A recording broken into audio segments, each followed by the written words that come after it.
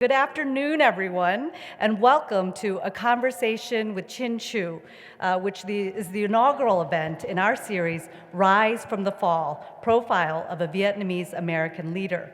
I am Lien Hang Thi Nguyen, the Dorothy Borg Professor in the History of the United States and East Asia. I'm also director of the Weatherhead East Asian Institute, and last but not least, co-founder of Vietnamese Studies here at Columbia University. Before I begin, I'd like to thank my wonderful staff, without whom this event would have been impossible. And seriously, with all of our last-minute obstacles, it really would not have been pulled off without the staff who are all around us. And on behalf of all of us at the Weatherhead East Asian Institute, I'd like to thank you, our guests, for traveling from afar and taking the time to be with us today. Now, legend has it that eons and eons ago, we Vietnamese were descendants of a magical union between a dragon, Lac Lam Quân, and a phoenix, O Cơ. According to this legend, while half went north with Lac Lam Quân, the others marched southward alongside O Cơ.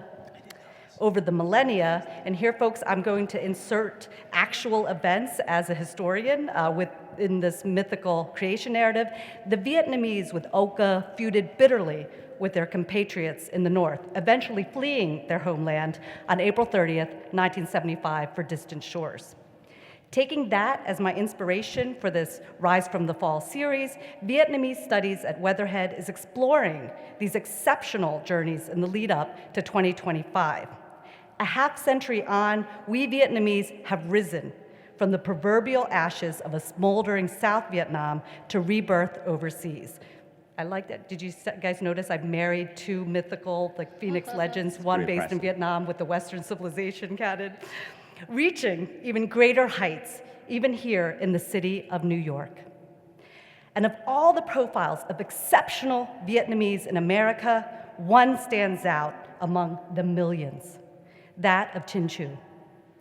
As an hour will not do justice to Chin's rags to riches story, today's events can only give you a glimpse of this leader's trajectory. On all metrics, depth of hardship, extent of climb, and global philanthropic reach, Chin's story is truly an inspiration. And now, let me bring up Naja Pham Lockwood, who will do the honors of introducing Chin. Naja?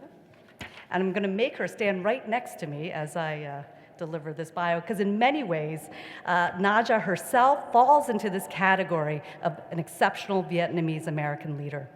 As founder and CEO of Rise Media Ventures, she has executive produced multiple documentary and narrative films focusing on social justice, including 76 Days, Try Harder, Coming Home Again, Gook, and Cries from Syria.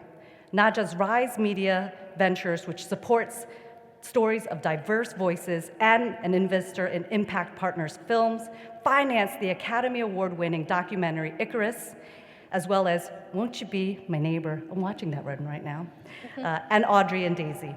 She served on the Sundance Utah Advisory Board and partnered with Sundance Institute to build and fund the Sundance Screenwriters Fellowships for Asian American filmmakers. She currently serves on the board of the Utah Film Commission and the Center for Asian American Media, CAM. Naja is an associate instructor at the University of Utah, teaching the power of storytelling, Asia, and the global cinema. Born in Vietnam, Naja's rebirth from the fall in 1975 would unfold in Massachusetts to New York to San Francisco and ultimately in Utah, where she now resides. Now, I had the opportunity to spend some great time with Naja and her director, Tony Bui, in Vietnam a few months ago. By the end of that trip, we had become like family, and I am proud to announce that they will be Weatherhead's Asia in Action speaker and artist in residence, respectively, next academic year. So you really need to stay tuned for more events coming from the Weatherhead East Asian Institute, in particular Vietnamese Studies at Columbia. But without ado, I'm going to send this over to Naja. Thank you, Han.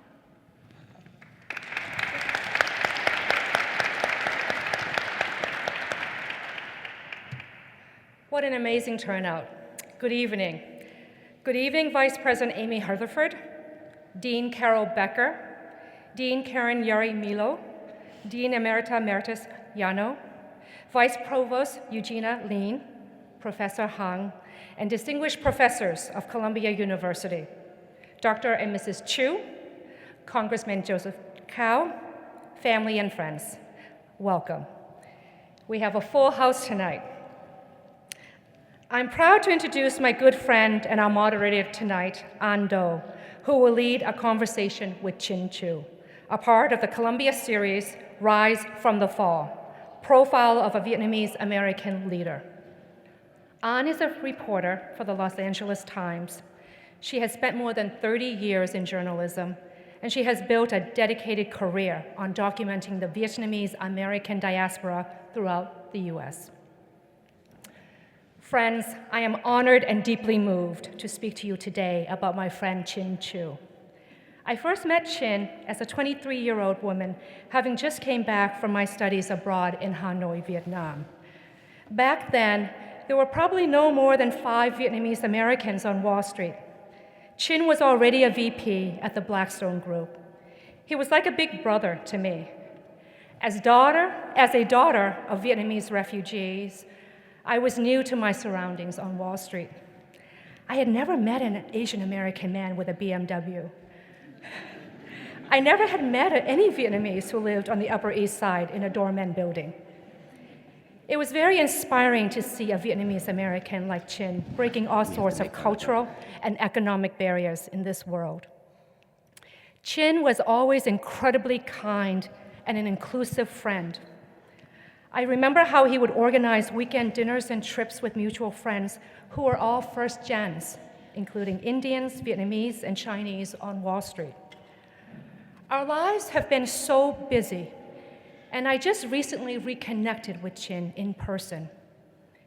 At that lunch, I was deeply moved to see that Chinh has not changed from that young Blackstone VP.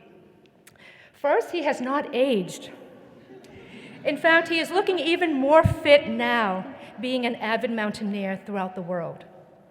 Chinh is still the fearless, intense, and focused man who still has this self-deprecating humor that makes everyone feel comfortable. He continues to make me laugh all the time. And he continues to have a beautiful, generous heart to all his friends. But there is also a change in Chinh after 30 years. It was beautiful to see how much he loves his 2 daughters, Diana and Angelina. And it is also inspiring to see his commitment to give back to our community, whether it is here in New York City with music and the arts through the Lincoln Center, or with his parents supporting humanitarian causes throughout Vietnam. I look forward to Chin's next chapter with philanthropy. To me, Chinh represents the best of America. A child of Vietnamese refugees, Chinh came to America at the end of the Vietnam War in 1975. He is the eldest of 6 children born to Dennis and Linda Chu, who is here tonight. Chinh started his career in M&A at Salomon Brothers and then joined Blackstone in the early 90s, where he spent 25 years at the firm, becoming the head of the software and technology, financial services, chemical, and the healthcare groups. He served on Blackstone's executive committee, co-chaired its private equity group, and was a member of its investment committee.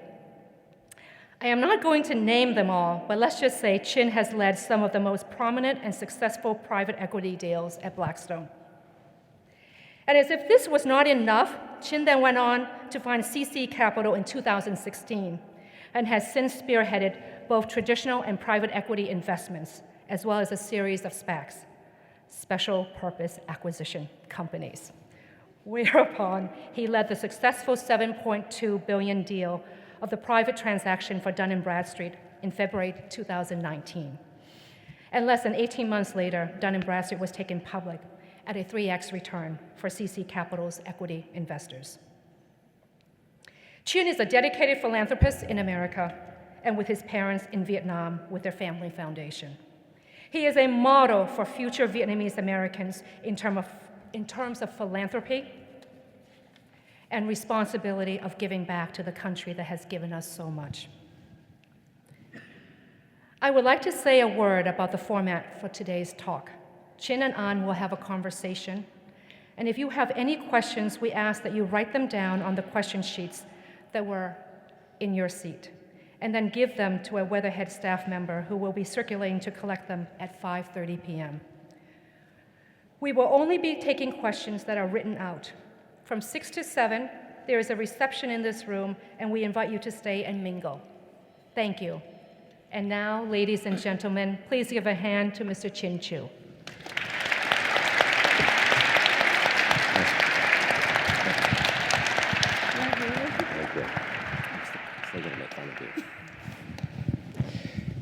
Thank you, Naja.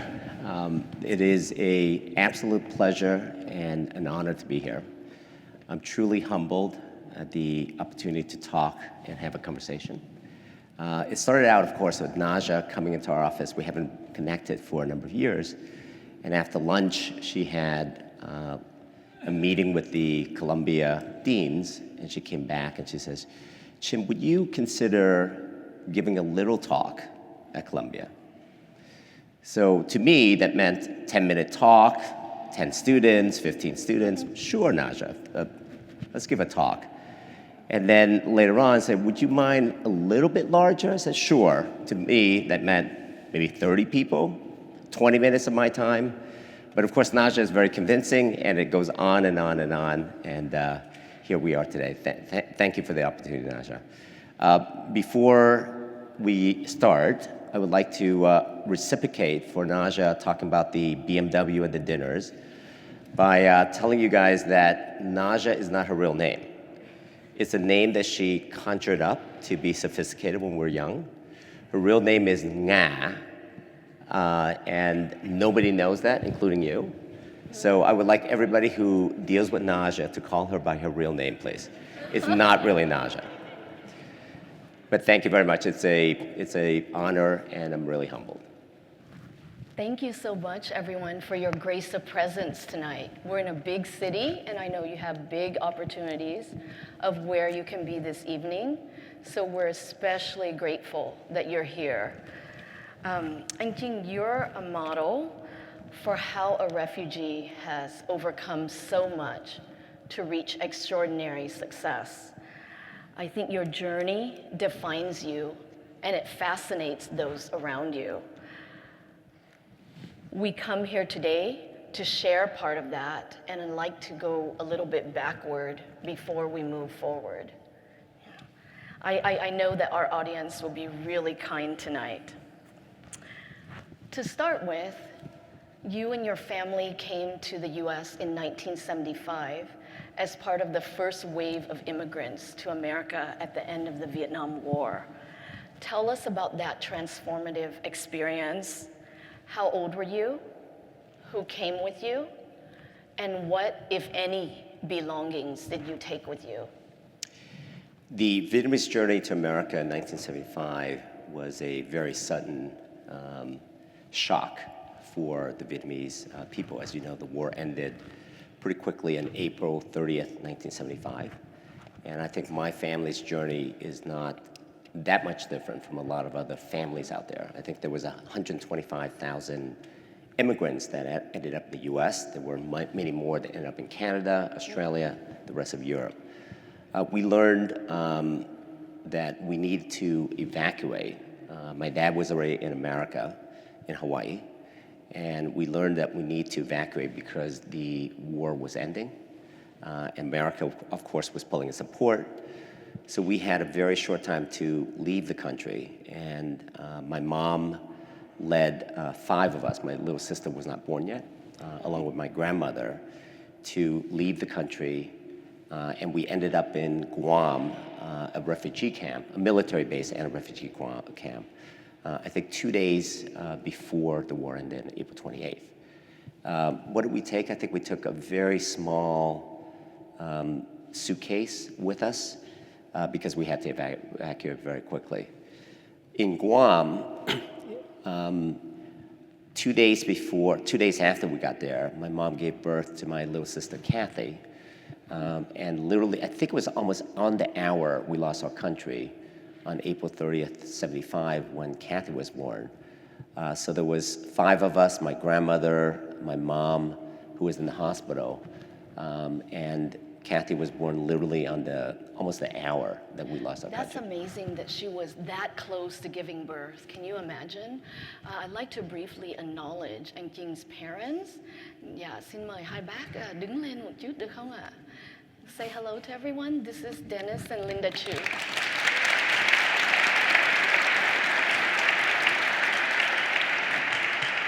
Thank you for joining us tonight.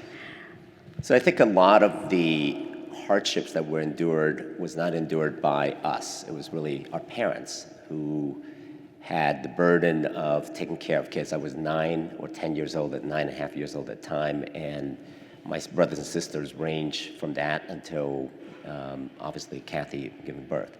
So imagine a family that had to evacuate, come to America with 6 kids, a grandmother, no English, ending up in a refugee camp. No English, and no money. English. Well, I think we had $10. We had some money. So no English, $10, coming to America and starting your life over. It's really a tribute to my parents, not what we've done. Yeah, and that tribute that anh King mentioned to his parents is something that we'll come back to later on in the program. I think all of us who are children of immigrants, it's so easy to tell the story just using basic, simple sentences.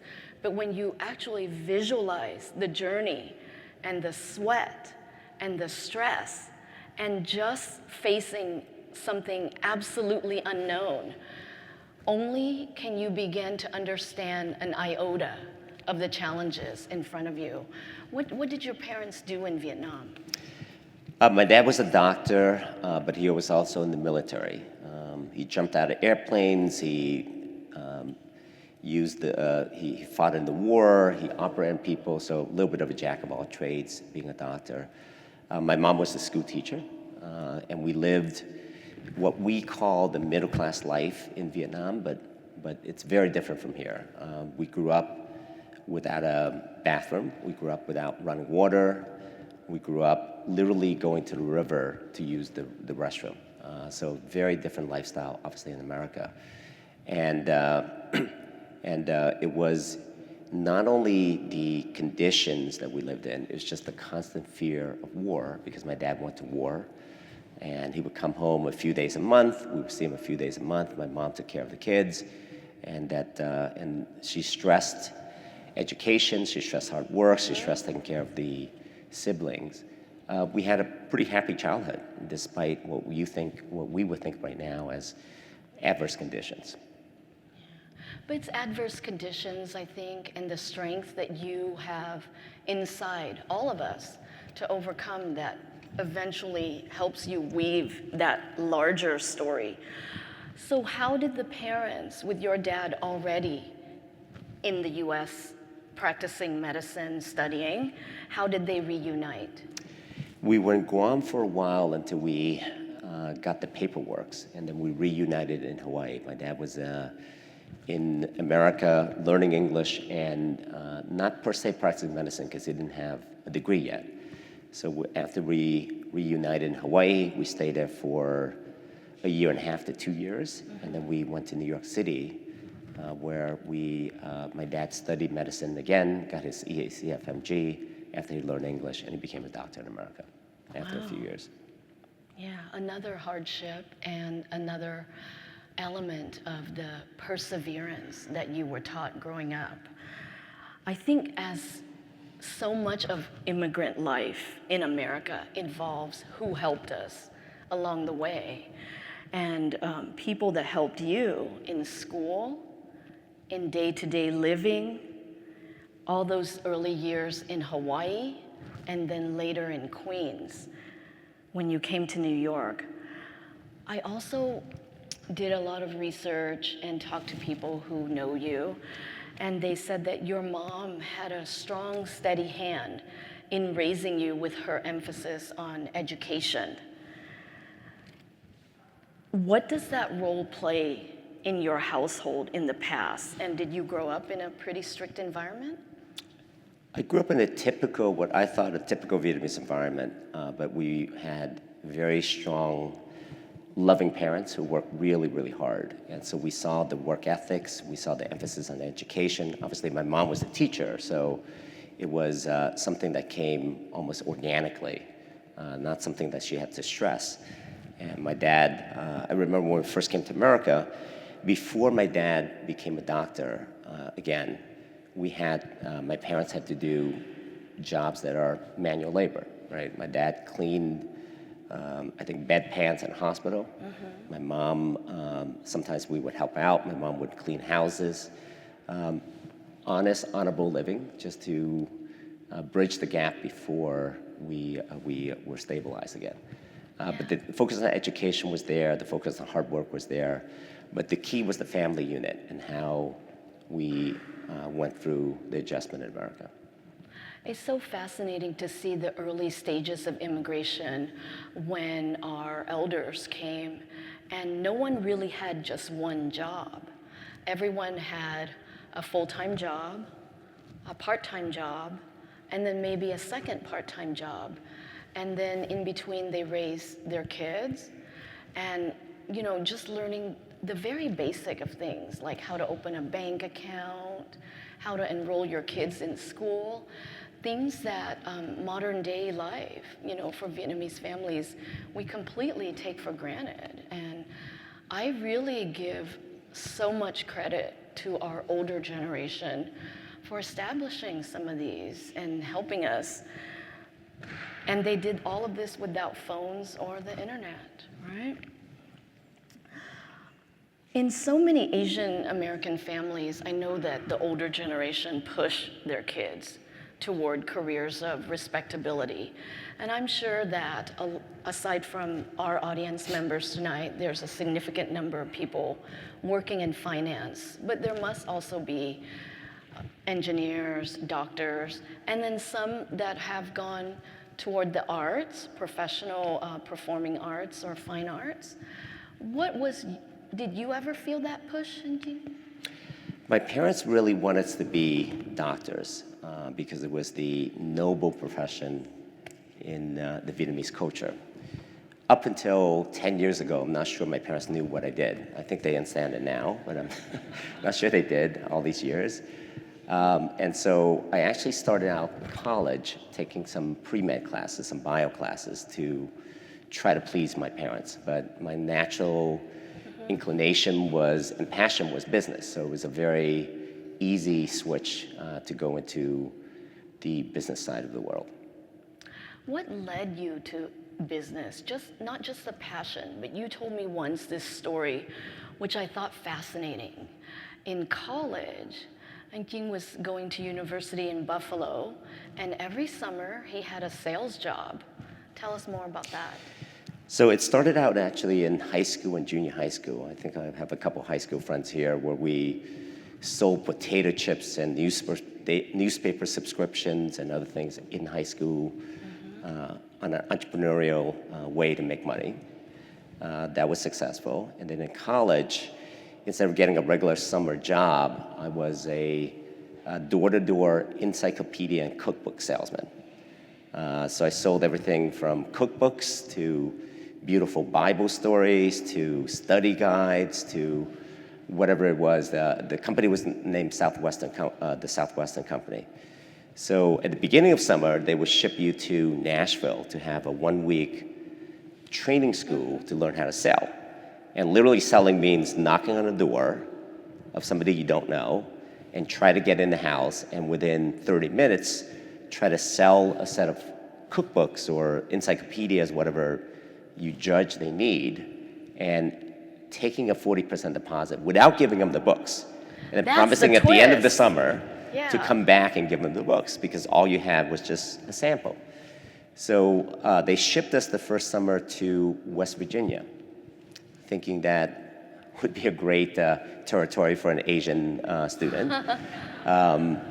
So we knocked on doors 13 hours a day, 6 days a week, and I found actually it to be invigorating to get rejected 20 doors in a row when they don't let you in, to run around in the sun and just be exhausted by the time it's 2 o'clock and have 0 sales.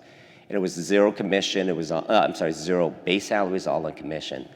Eventually, you learn how to do it, and you learn how to do it well. And my first summer, we were able to make enough money to buy a car and pay for college. I think my check was $6,000 of profit in 1988. But it was selling books through the door, so I did that for a few summers during college. I think that's really character building, because imagine just after the fifth house that slams the door in your face and tell you to take a hike, many people would just hang up.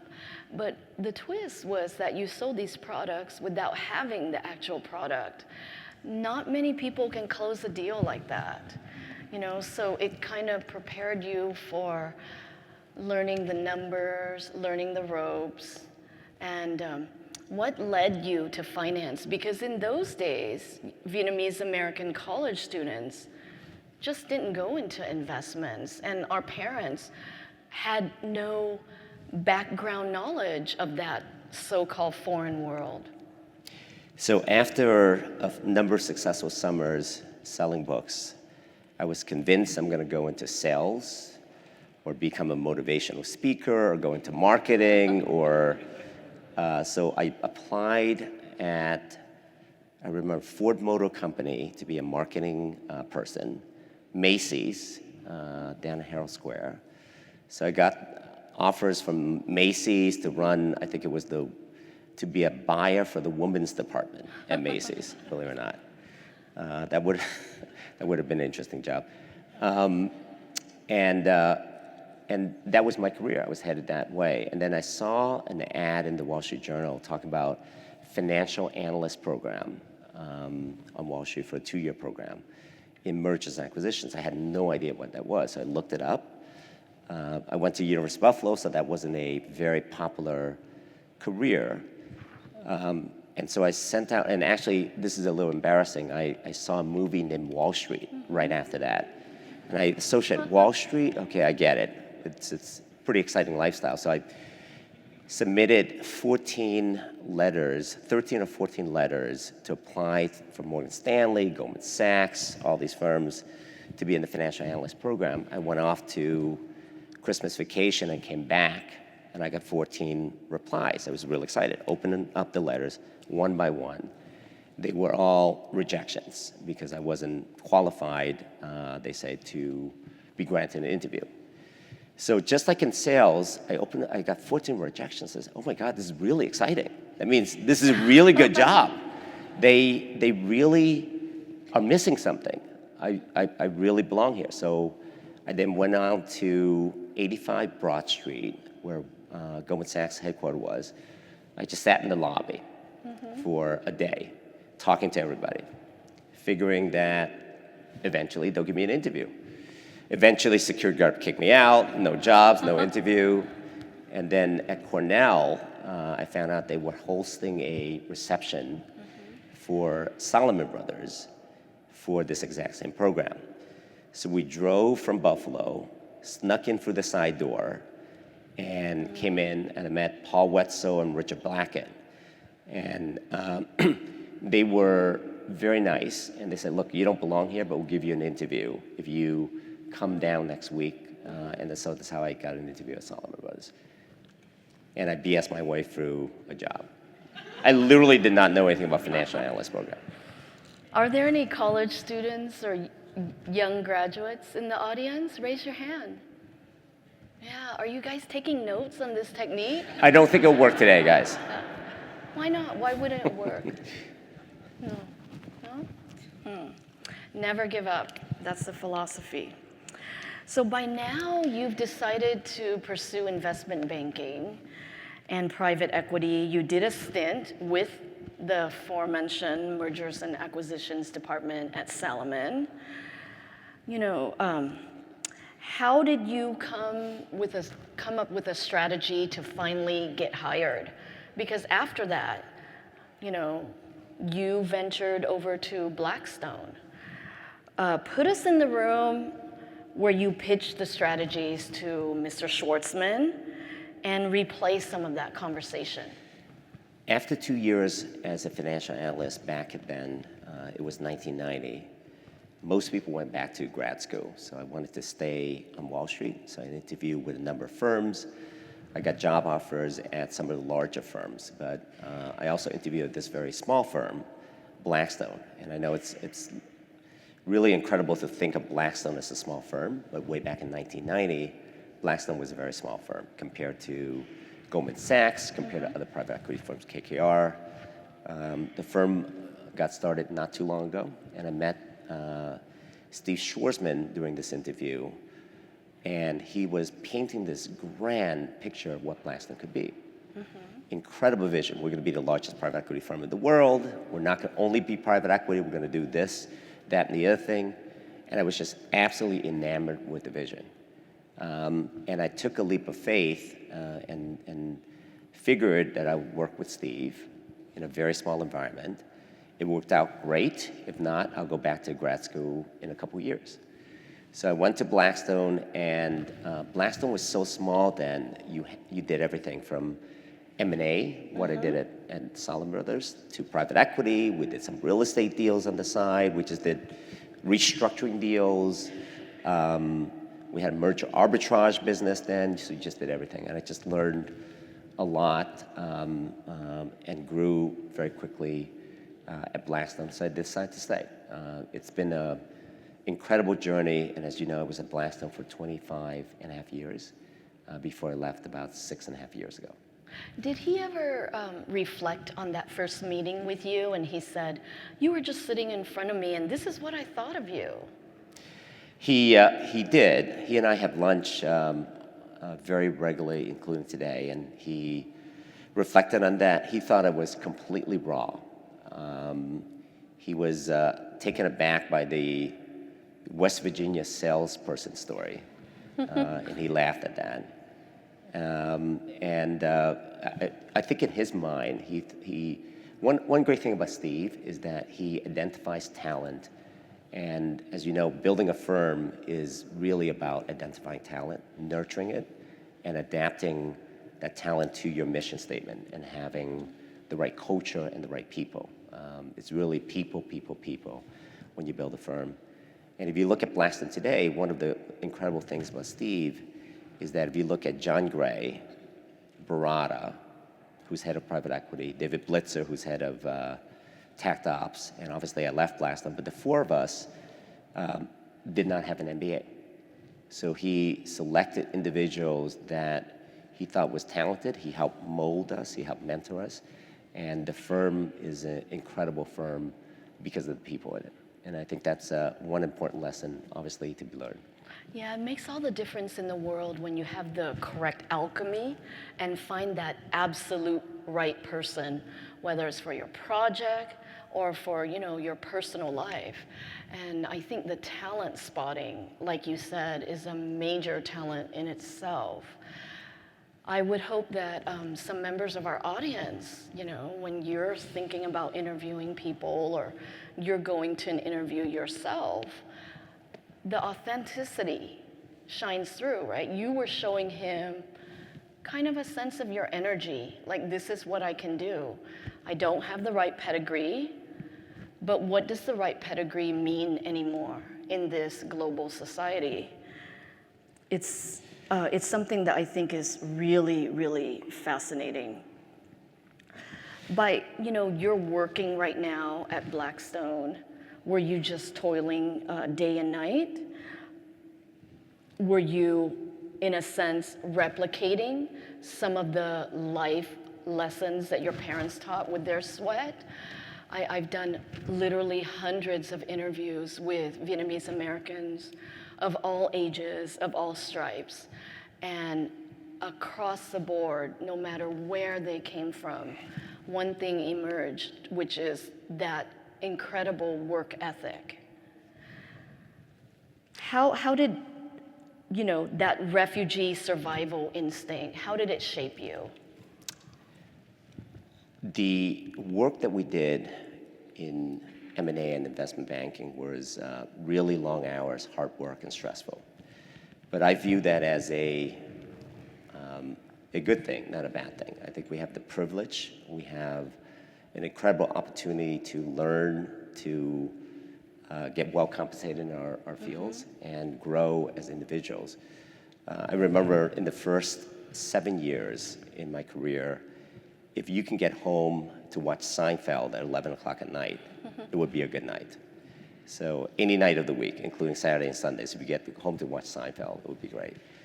So we used to work incredible hours from 8 or 9 o'clock in the morning to 11 o'clock at night, 6 nights a week.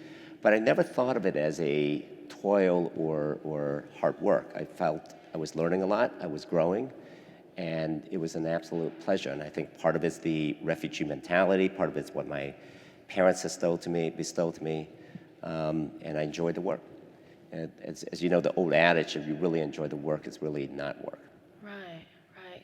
The passion that's sort of like a thread, something that only you want to follow, and then you bring it to all elements and different phases of your life. Being at this stage, you're already sort of into the groove. I want to talk a little bit about SPACs. You were already ahead of the curve working with SPACs. Can you explain to the layman what that means? Sure. Maybe if we were talking about SPACs, I think talk about private equity. What we were able to witness and help build in private equity from 1990 and 25 years later was incredible growth in private equity. If you think about it, in 1990, there was only $7 billion of transactions that were done that year in private equity. 25 years later, or today, let's forward today, so 30 years later, over $700 billion of transaction in private equity. So the growth, meteoric growth of private equity, we were able to really ride that wave and benefit from that, and that's a testament to Steve and the forerunners in private equity. The reason private equity has grown so much is that it has produced superior returns relative to the risks compared to other asset classes. Whether it's Columbia University or a pension fund for New York State, these endowments and pension funds need to generate superior returns to fund the university, to pay the pensions of police officers and healthcare workers. And those pension funds endowments usually target a 7.5% return each year. And the allocation back when in 1990, when I first got started in the business, was very little private equity. These endowments and pension funds usually only have 4 to 5% in that asset class.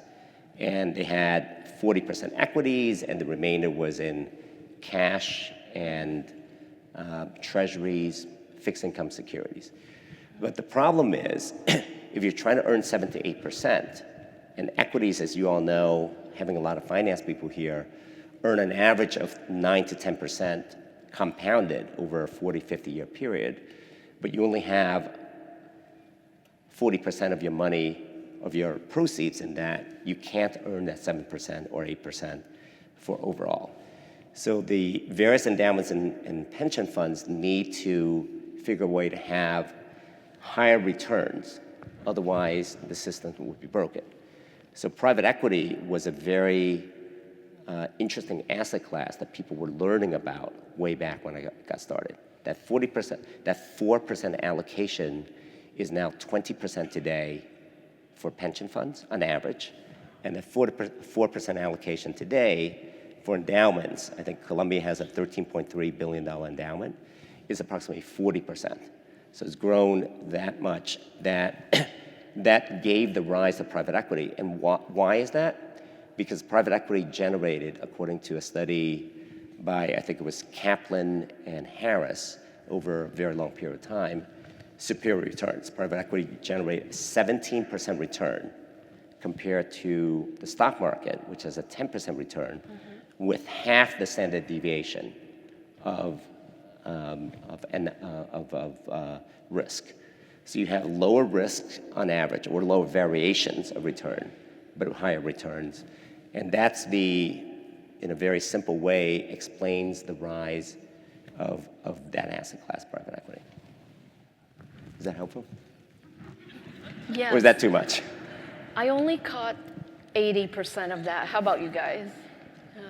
Yeah, I need more financial lessons. But I find it fascinating, people who have a head for numbers, since I clearly lack so much of it. But I'm fascinated by how you manipulated the strategies in order to have the best result possible.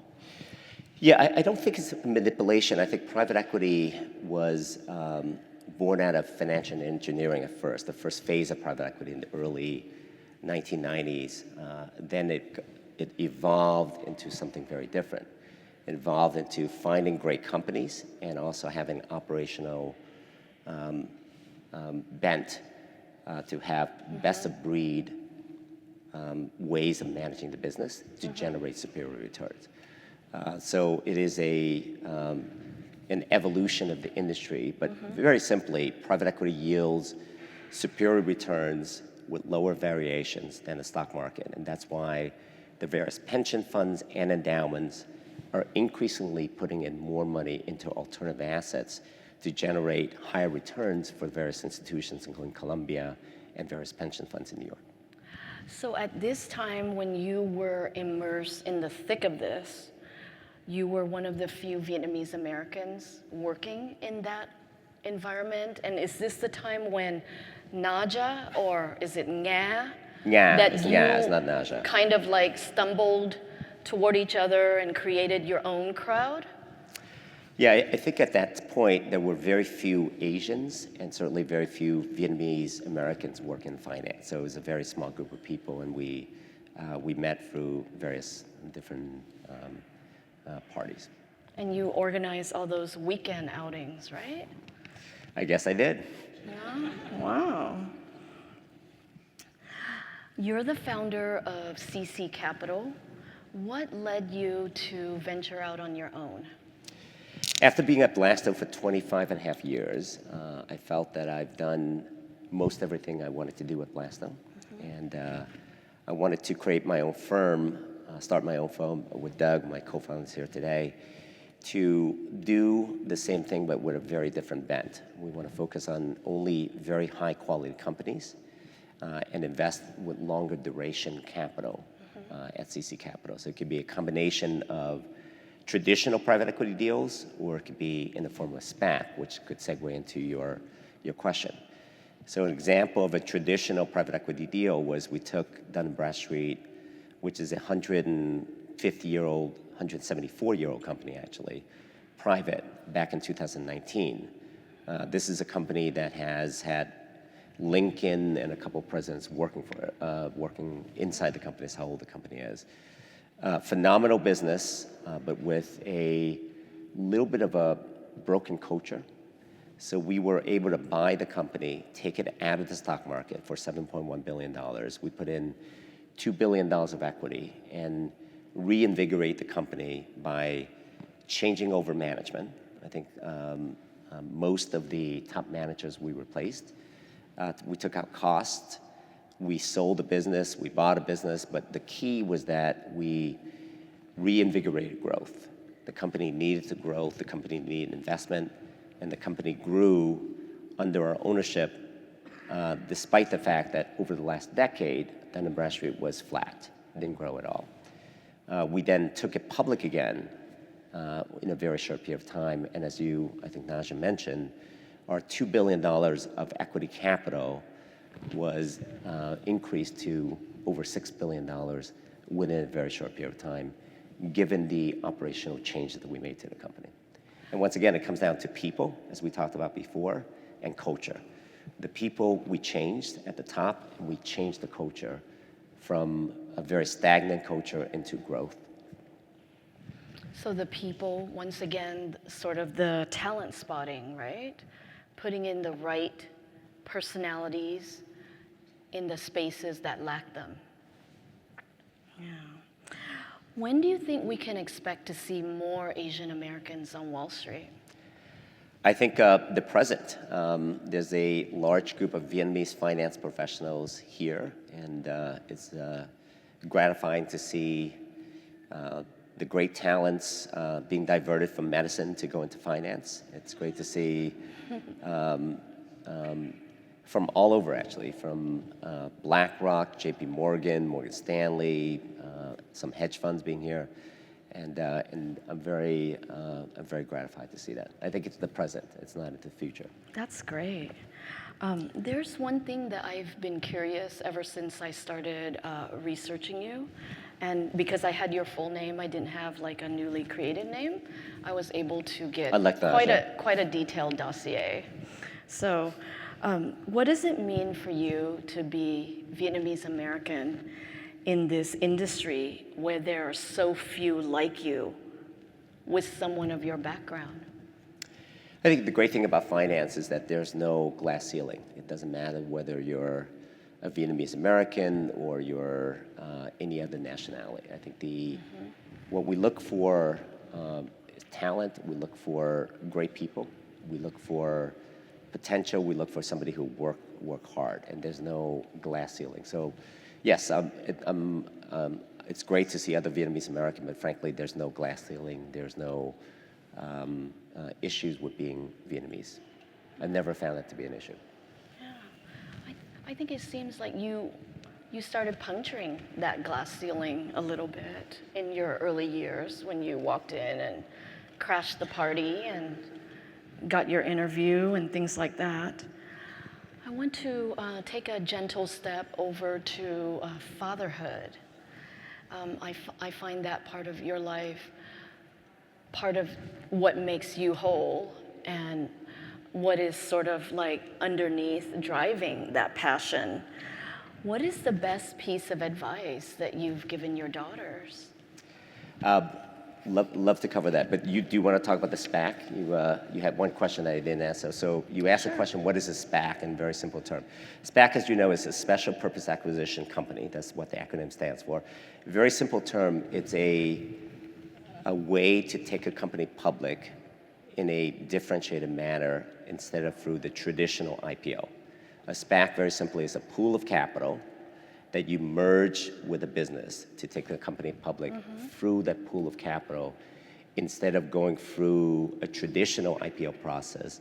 Morgan Stanley would take you public, you would go and meet with investors and try to raise the capital.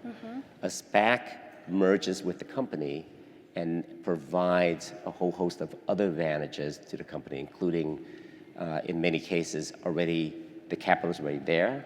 You have sponsorship from people like us or other CEOs. So you have built-in sponsorship, you have built-in shareholders. So it's a differentiated way of going public. So that's the answer to that. Thank you for reminding me of that. Of the SPACs that are very high profile that you've been at the helm of, was there one for the snack food company that you mentioned that those snacks your daughters are absolutely obsessed with? So my daughters love Utz. So we now have a rule in the house. I don't buy Utz at home anymore because they get consumed really, really quickly. So one of our transaction was to merge one of our SPACs to de-SPAC, as they call it, with a family-owned business, a 99-year-old family-owned business based in Pennsylvania called Utz. They make potato chips, pretzels, second largest snack manufacturer in the US. And the family chose to partner up with us to go public and take our investment, despite the fact that they were pitches by Goldman Sachs, JP Morgan, Morgan Stanley to go public traditional way.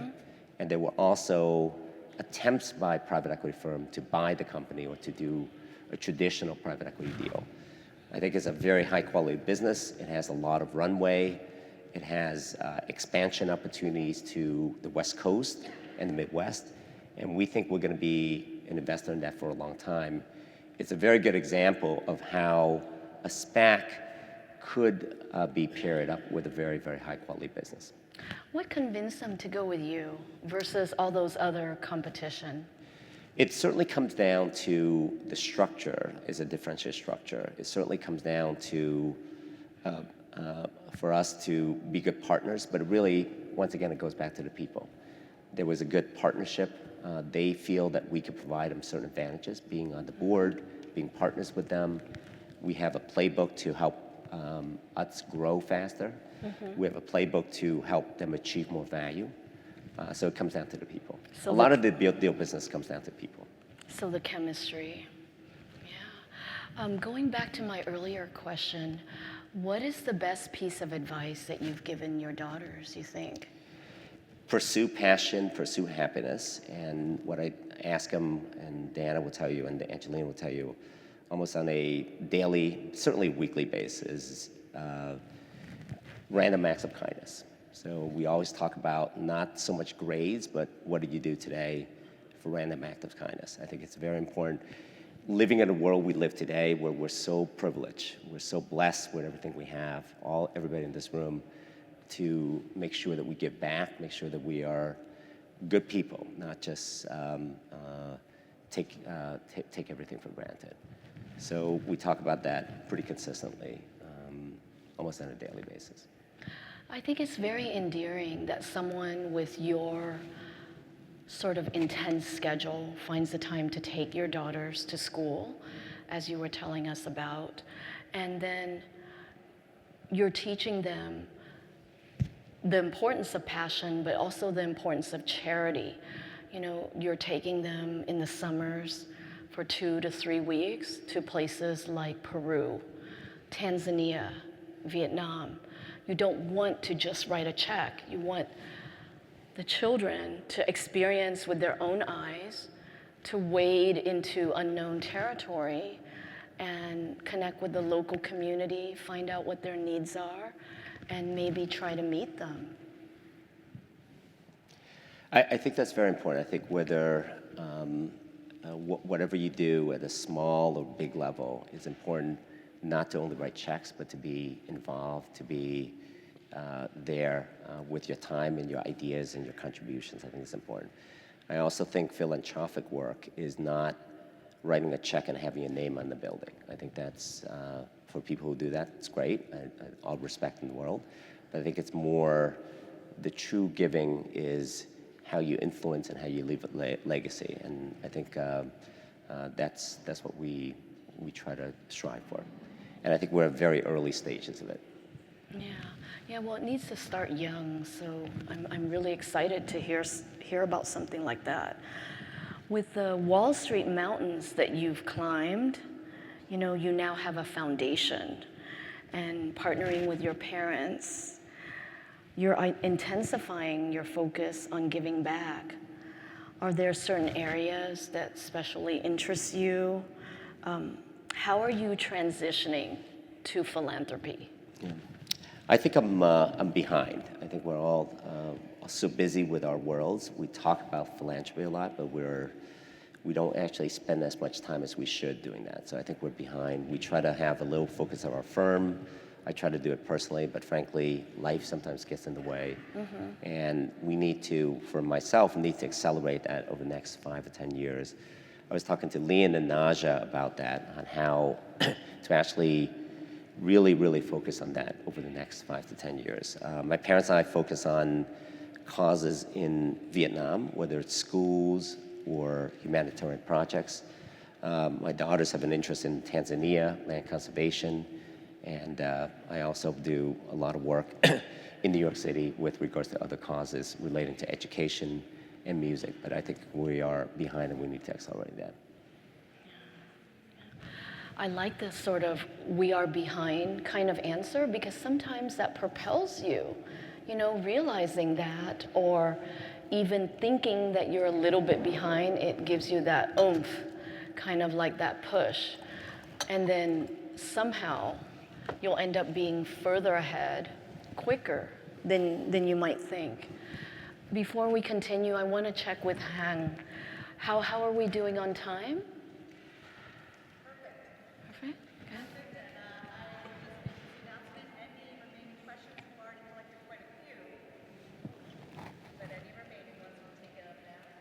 Okay. Yeah, I think Ying, tonight you've given us this measure of your rare energy and wisdom, and we are very grateful for that. I'm very grateful for that. To our audience, we really thank you again for being with us and for the questions that you have submitted. I'm going to turn over the program to Naja, AKA Gan, to sort of direct us into the next phase. You need to give yourself a big round of applause, and also to Anking.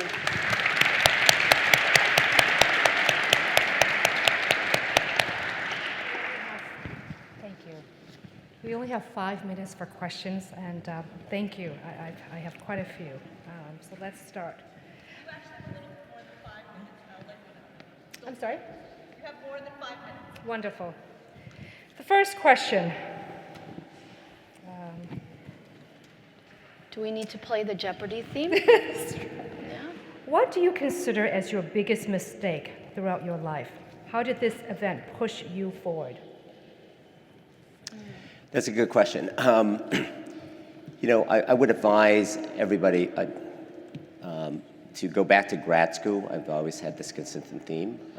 I had a chance to go back to grad school, although I've had a terrific career without that. I would say that in finance, it is a long marathon punctuated by a series of continuous sprints. So make sure that you have perspective on it. It's a very long career, so from a perspective of that. And my other regrets are just spending time with my grandmother before she passed away. And I always talked about spending time with her. In Vietnam or in the US? In America. She was actually in California. That's my biggest regret. But from a career perspective, it's make sure that you have the right perspective in career. I never did get a chance to go out to California to spend extended vacation with my grandmother. Thank you. Part of growing a business is hiring good people. What is your philosophy on hiring? People are the foundations to your success, and also how you build the culture after you have the right people is important. At Blackstone and at CC Capital, it's very important to have the best people. The culture is very important, and then the guardrails and the philosophy of the firm, whether it's intellectual honesty, the work ethos, but it comes down to the best people. All right, I'm going to attempt this. Can you please share your thoughts on the viability of SPAC route to public listing in the future, given regularity and scrutiny? So the SPAC market today has imploded. When we first got started 6 years ago, the SPAC market was a relatively small market. The total SPAC volume that year for IPOs was $4 billion. Today, I'm sorry, not today, but a year and a half ago, at the peak of the SPAC market, that number went from $4 to $160 billion. It went from 13 deals to 575 transactions. And instead of having great investors looking to do deals and making great investments, you had literally everybody raising their hand to try to make a quick buck. You have middle managers leaving companies to do a SPAC. You have investment bankers who are not qualified to do a SPAC. You have politicians trying to do a SPAC. You have athletes trying to do a SPAC. And naturally, with the investment banks letting everybody in, this market went from literally $4 billion to $160 billion of capital in 1 year. So it has imploded because when you have 575 people looking for deals, there are not enough companies out there to satisfy that. So the quality of the deals that were done in the SPAC market, frankly, very few high-quality companies. A number of it were just flying cars and silly companies, and it was just abysmal. So the SPAC market has imploded, and it's very easy to see, it's very easy to predict. We're very different because the companies that we invest in the SPAC market are exceedingly high-quality companies. You have Utz potato chip, a 100-year-old business with tremendous ramp up ahead. We invest in a company called E2, which is a supply chain software company. One of the largest issues in corporate America today is supply chain. How do you get your products? How do you move? A company like Dell or Peloton, they really don't make their products. There's manufacturing partners. the distribution partners. There's literally hundreds and hundreds of suppliers that are responsible for a Peloton product or a Dell product. So the supply chain software is very important to tie that together. So this is a company that has runway to grow at double digits for the industry, has very high margins, has over 100% renewal rate each year. So those are kind of companies that we invest in, very different from everybody else. The other thing that's differentiated is that we have dedicated capital. Most SPACs, if not all SPACs, have very, very little dedicated capital. On the Getty deal that we recently announced, there was over $600 million of dedicated capital that we brought to the equation from us and Neuberger Berman and the Inbox Fund. So very long answer, but the SPAC market needs to be cleansed. It'll come back in a different form. And I think it's a product that should be in the market, but for high quality companies with dedicated capital, with real investors, instead of promoters with no capital and poor quality companies. Thank you. I'm going to combine these two questions. How do you find balance between work and personal life? And what's a lesson you've learned from each decade of your life that you would like to pass to, specifically to Vietnamese Americans here today? Wow. I think the early parts of your life, it's going to be dominated, frankly, by work, or at least mine was. And that's okay, because I really enjoy it. As I said, if you get a free few hours over the weekend, that's a great thing. And I made a conscious decision to focus on work, against personal life, against music or passions that I've had, and that's a conscious decision. But I think you just sleep less, right? You sleep 4 hours. And if you want to go out, you sleep less. It's a pretty easy thing to do. I think the later parts of your life, after you have kids, I think your focus should be equal balance on the kids, because that's probably the most important thing. But you also have to balance it with work and other things you have going on as well. So you go through these phases. Thank you. What's next for CC Capital? Would you consider having more emerging markets? I think it's hard to invest in emerging markets, and we're not, frankly, experts in emerging markets. If it's Europe, the answer is yes. Asia is maybe. I think other parts of the world, I think it's difficult. The risk profiles are higher.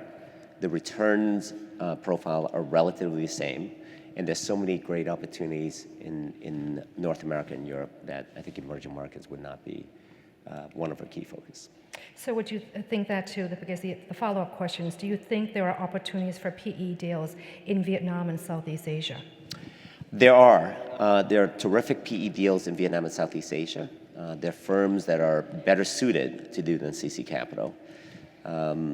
Vina Capital, run by Don Lam, they do a phenomenal job. There's a number of Singaporean firms and other firms. They tend to be a little bit smaller, a little bit more growthy, and has more complications with government regulations. So the answer is yes. It's just whether you want to focus your time. We think we have ample opportunities here, and I'm not sure we have a significant competitive advantage in deals in Vietnam. They tend to be smaller, and we tend to focus on the much larger deals. I'm going to combine 4 questions. What is your outlook for the private equity market in 2023? And is it more difficult to start a career in PE now than 25 years ago, especially for Asian Americans? When I first got started in private equity, I remember lamenting to one of my friends. I said, I think I'm too late. I wish I started 5 years earlier. I wish I was hanging around with Henry Kravis before Steve started the business. And my God, only if I got started earlier. Obviously, that didn't turn out to be the case. I would say that the trends for alternative assets, which PE is a part of, will continue. This trend of going from 4%, as I told you before, of allocation for the pension funds to 20% today, from 4% from the endowments going to 40% today, will continue, I think, at least for another decade or so. Just as you can see in the stock market, going from active management to passive management, i.e. stock picking to ETFs, that's gone from a few percent to 50% today. That will continue unabated. So the answer is that no, you're not too late. Over the next 3 years will be some of the best private equity deals that will be done because vintage class is a very important measure of success for private equity. When you take a look at the last 40 years, you can see the various troughs in private equity, and those are phenomenal deals to be done because the companies, the high-quality companies, are available at lower price, and there's less risks involved in it because you don't have the amplitude issue of the declining sales or EBITDA. So the answer is no. This is a terrific time to be in private equity. I know for a lot of young people that you haven't seen this cycle before, but for us who's been through a number of these cycles, we're very excited about it. Thank you. We're going to switch a little bit here. Do you see a bamboo ceiling for Asian Americans on Wall Street? And then traditionally, refugee Vietnamese families define success as earning a lot of money, being a doctor, a banker, an engineer, and attending a top university in America. Do you agree with that? I think it's about your passion. If you are passionate and you are happy being a doctor, I think it's probably more noble than being a finance person because you actually save lives and you do something real. So I have immense respect for my sister who's a doctor, my dad's a doctor, a lot of relatives who are doctors.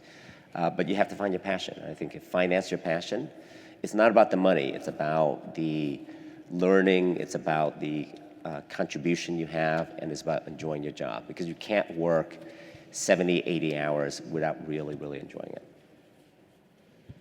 Great. So I have a lot of questions here from the Columbia Investment Club, and 2/3 of it is having a summer internship at CC Capital, which I'm actually, thank you, which I think you can talk to the team who's You can talk here. to Doug over there. Yes. Afterwards. But I will read a few. What's your thoughts on quant finance from the angle of private equity? That's a very interesting question. There are, as you know, the advent of hedge funds using quant has been decades in the making and has been quite successful. It's actually some of the largest and most successful firms, whether you're talking about a Renaissance, are quant-based. I remember doing due diligence on a firm that I will not name at Blackstone to invest in, which is a quant hedge fund that has 30-something strategies. Each strategy, if the strategy loses $10,000, they shut down the computer system, reprogram it, and then start over again. And that firm generated 0 months of loss for a very extended period of time. And you had a marriage of the ideas coming from the investment professionals and computers doing the work on the quant side to pick the stock. And at the end of every day, they disposed of the positions and there was no risks in it whatsoever. So I thought that was absolutely fascinating, that diligence process. That now has been continued with AI, with machine learning, with very sophisticated strategies where the data scientists inside the firm is more important or as important as an investment professional. That hasn't yet gravitated over to the private equity area yet. I'm talking about more the hedge fund side of the world. But I think elements of that will gravitate over to private equity, and that could be a very useful tool in our kit to evaluate companies and to make investments. I don't think it'll replace the judgment of a private equity professional. It doesn't replace sitting across the table with a CEO. It doesn't replace how you negotiate a deal, because these are not stocks that you're buying. You're investing in a company. You're buying somebody's 100-year-old family business. So the quant, I think, will be an element of diligence, but I don't think it'll replace the business of private equity, whereas in hedge fund, it can in some cases. From the Columbia Investment Club, what challenges did you face when you tried to start CC Capital, and what's your biggest advice for the students of Columbia University entering into the finance, hedge fund, and private equity world? That's a very broad question. The advice I have is the advice I give everybody, which is find something you're passionate about, work hard, and persevere, and enjoy it. I mean, life's too short to work at something you don't enjoy. When I started CC Capital, Doug and I were very simpatical in our views. We were fortunate enough to have the experience set that we have. This is not a startup without any experience. Given my 25 and a half years at Blackstone, we were fortunate enough to have the capital to start the business. So it's just, once again, picking the right path, having the right people, and having the right mission statement. What's the most successful deal at Blackstone that you've ever done? What's the most, I'm sorry? What's the most successful deal at Blackstone that you have worked on? The most successful deal at Blackstone I did was a company called Celanese, publicly listed chemical company in Germany, not in the US. It was listed in a German stock exchange. I remember flying over to Frankfurt from New York once a month for 2 years to try to get the deal done. And at that time, Blackstone did not have a European office. So, and Germany was pretty nationalistic. So it was a very interesting thing that an Asian private equity guy from a Wall Street firm in New York tried to buy out a German company, which I think it was also 100-something years old. We had a thesis that this could be a very, very successful transaction, partly because it was listed in the wrong exchange. It should be listed in New York. 60% of its operations were in the US, despite the fact that it was born in Germany and had the old operation. So long story short, after years and years of pursuit, we were able to tee up the company for a transaction. The board was divided on whether to sell the company. We were able to make a friendly bid for the company, but we needed 75% shareholder approval. In Germany, if you don't get 75% of the shareholders to tender, the deal does not go through, even if the board agrees to do so. So after a few years, I think we spent something like $15 million of expenses to pursue the deal, which in 2005, that was real money. And I remember Schwarzman, Steve, sitting in my office on the day of the final tender offer, saying, are we gonna get this done? Are we gonna get this done? And it's a little bit of a game because you had to convince the shareholders to tender, but if they don't tender, if they're the remaining 20% that don't tender, they actually make more money because there's a very convoluted valuation process where if you don't tender, you probably get 20% more 2 months later. So people liked the deal, but there was a lot of gamesmanship, a prisoner's dilemma to not tender. So that night, we got 72.3%, short of 75. And Amazing. Everybody in the firm was quite nervous and thought the deal was dead because you need 75%. But we figured out, I was pretty confident because the system in Germany at that time was some computer and some paper-based. So I knew that there was this guy that we negotiated a golf course who tendered it late. We scared him to tendering. There's another guy. So I told Steve, we're going to be fine. It will take a couple of days to come through, all the paperwork. So long story short, after a few days, we got 80%, so the deal went through. We took over the company. We moved the headquarters from Frankfurt to Dallas, which is not a very popular decision. We closed down 3 manufacturing centers in Germany. We sold one division. We bought another company in Canada. And we did all that in 9 months. I was executive chairman of the company. And we took it public and made 3.5 times our money. And at that time, it was the most successful deal in Blackstone's history and the most profitable deal, and it was there for, I don't know, 10 years. It was the most successful deal for Blackstone for a long time. So that was the Celanese story. Your 2 daughters are sitting here tonight. What's the biggest lesson you want to tell them and the biggest and the advice? Consistent with what I said, I think to be passionate about life, I always stress positive mental attitude, hard work, and random acts of kindness. I know random acts of kindness. I know they hate. I say that all the time. I'm like a broken record. Thank you. How are we doing on time? 5 minutes? Okay. Last question. As an Asian American, as a Vietnamese American, what is your view on the importance of philanthropy? It is of utmost importance that we are so privileged for us to give back and give back the right way. One of my most memorable moments in the business world was not business. In a business dinner, I got sat next to Professor Muhammad Yunus, who won the Nobel Prize for Grameen Bank. And the whole dinner, we talked about his contribution to the world, how he's helped, I think, something like 80 million women, 100 million women. It's just unbelievable. With microfinancing, and what I loved about it was a perpetual charity. It was something that you can do, you can regenerate, you can give back, and it'll live on beyond him, beyond us.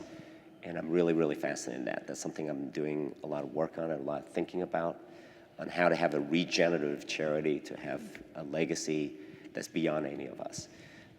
It's very important to give back. I think we are very, very fortunate, very honored, and I'm humbled. My story is no different from a lot of Vietnamese immigrant stories, and my story would be nowhere without my parents, and it's really, truly a testament to the hard work of my parents, the perseverance of the Vietnamese community and people, and frankly, the great country that we live in. Without this country, without America, I'm not sure all of this could have been accomplished. And it's about family. So we're very humbled, and the least we could do is to give back and give back the right way. Yeah. And one end note that I want to mention, Anh Kinh had told me that one of the most vivid memories he has in his life is his mother frying 2 eggs. And at that time, there were only 4 children instead of 6. And each of the children had 1/4 of the first egg, and then the second egg was for his father because he had to go to work that day, and he had so much work waiting for him, you know. And his parents have always stressed the crucialness of working your utmost, and it's part of the underlying passion, the thread through all of his life. Thank you so much. I've been very touched, by the way, these past few weeks in helping organize this event. I've gotten emails, texts from so many Vietnamese Americans from the West Coast, from New York, and beyond, who just are very proud that Chinh is here tonight. So many people have asked for videotapes and even a transcript. I hope that, well, thank you, Chinh, for coming tonight. On behalf of Columbia University, thank you so much, and another round of applause for Chinh Chu. You're so good at answering my question. I forgot about the egg.